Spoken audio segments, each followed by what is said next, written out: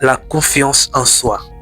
Beaucoup en parlent, mais très peu la comprennent vraiment. La confiance en soi, ce n'est pas quelque chose dont tu es né avec, mais c'est quelque chose dont tu construis à travers tes actions, tes expériences et surtout la manière dont tu te perçois. Alors aujourd'hui dans cette vidéo, nous allons voir d'où provient-elle et comment la développer. Alors si tu es prêt, c'est parti.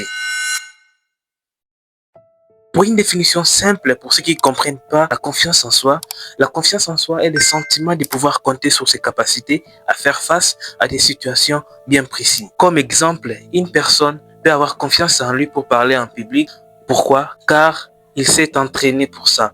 Mais une personne peut aussi manquer la confiance en soi pour faire du sport. Ça se voit. Et personnellement, c'est l'une des choses qui m'est arrivé plusieurs fois.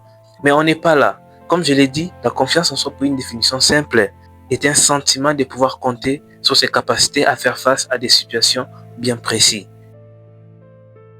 Alors, sans plus tarder, d'où provient-elle? Numéro 1. La confiance en soi provient des expériences passées. Les échecs peuvent fragiliser notre confiance en nous et les réussites peuvent renforcer notre confiance en nous. Et surtout, les échecs peuvent fragiliser notre confiance en nous si on les interprète de façon négative.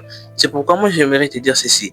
Lorsqu'il y a un échec qui se présente devant toi, lorsque tu échoues, faut pas interpréter ces échecs de façon négative. Non, faut les interpréter de façon positive. Tu te dis, ah ouais, j'ai échoué, eh bien, je vais essayer de tirer une leçon sur ça. Et c'est comme ça que tu vas construire ta confiance en toi. Si tu es toujours en mode négatif, en mode, ah ouais, j'ai échoué, c'est à cause de ci, c'est à cause de ça, eh bien, tu ne pourras jamais avoir une confiance en soi solide.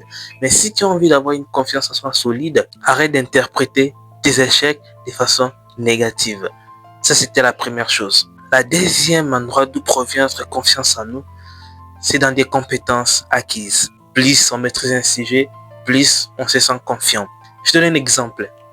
Imagine-toi un peu. Ça, c'est un exemple que j'ai déjà repris dans l'une de mes anciennes vidéos. Tu as besoin d'apprendre quelque chose, peu importe. Peu importe, que ce soit le sport, que ce soit la théologie, que ce soit je ne sais pas moi quoi. Mais tu as envie d'apprendre quelque chose. Plus tu vas apprendre cette chose, plus tu vas mettre de la volonté sur cette chose, plus tu vas te sentir confiant. Mais si tu n'apprends absolument rien, eh bien, ton cerveau va finir par te dire que tu es bon à rien. Mais lorsque tu apprends quelque chose, peu importe, tu apprends l'anglais, l'espagnol, peu importe, eh bien, ça va renforcer encore ta confiance en toi. Et c'est ce qui s'est passé avec moi. Moi, à l'époque, lorsque j'avais mis ma volonté pour apprendre une langue qui est l'anglais, eh bien, lorsque je l'ai appris, je me suis vraiment pommené à apprendre l'anglais. Et lorsque j'ai vraiment un petit peu compris l'anglais, je vous dis, ma confiance en soi a explosé. Ma confiance en soi est passée de moins 10 à plus 10. Donc moi, je te prie d'apprendre quelque chose. Peu importe, mais tu dois apprendre cette chose. Parce que plus on maîtrise un sujet, plus on se sent confiant. Lorsque tu as maîtrisé un sujet à 100% ou à 90%, et bien ton cerveau va finir par te dire que ah ouais, tu as appris cette chose, c'est difficile pour toi, et bien je suis sûr que ça aussi tu vas les réussir. Et bien c'est ça. Donc apprenez quelque chose, peu importe, parce que ça va améliorer et ça va booster ta confiance en soi. Alors comment la développer?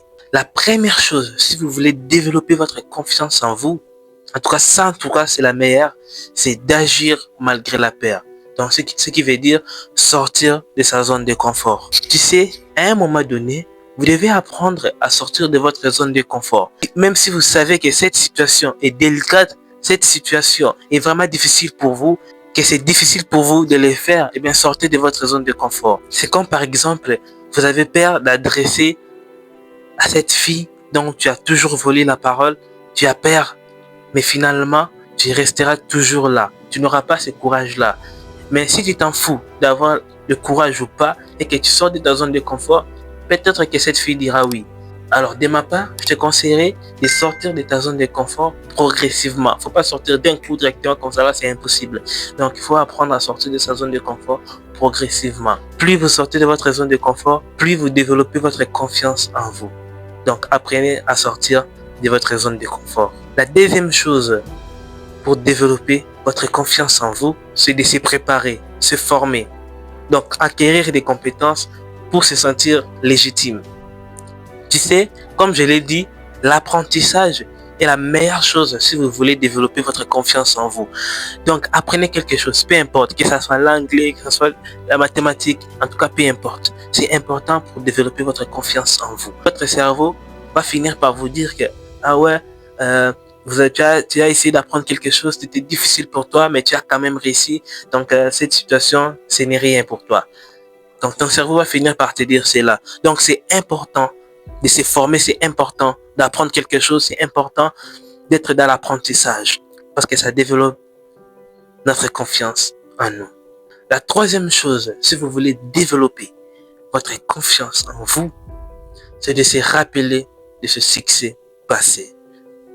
Tu sais, à un moment donné, ce qu'on ne comprend pas, c'est que lorsque nous pensons à nos succès passés, à nos réussites passées, eh bien, automatiquement, nous développons notre confiance en nous. Donc, c'est important d'avoir toujours les pensées positives. C'est important de penser toujours de manière positive parce que nos pensées contribuent énormément à notre confiance en nous.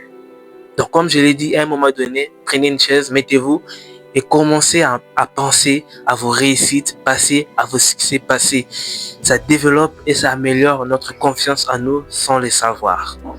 La quatrième et dernière chose, si vous voulez développer votre confiance en vous, en tout cas ça, je suis sûr que 90% des personnes le font, c'est d'arrêter de se comparer aux autres.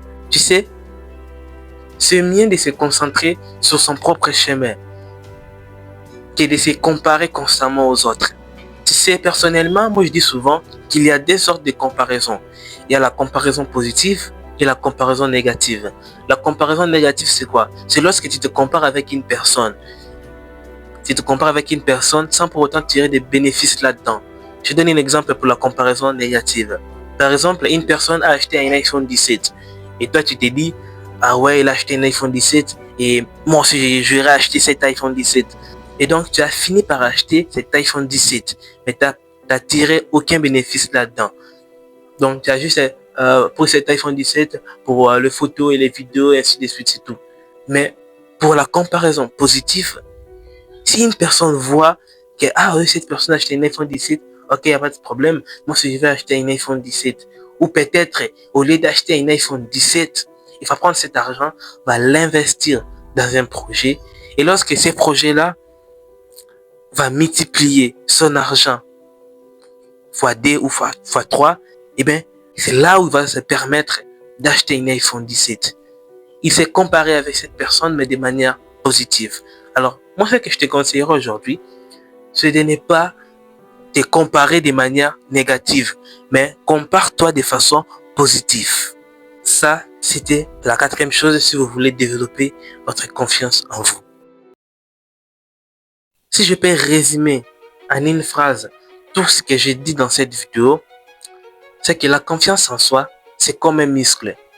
Elle se travaille avec l'action et se nourrit de petits succès. Et toi, dis-moi en commentaire, comment est-ce que tu développes ta confiance en toi?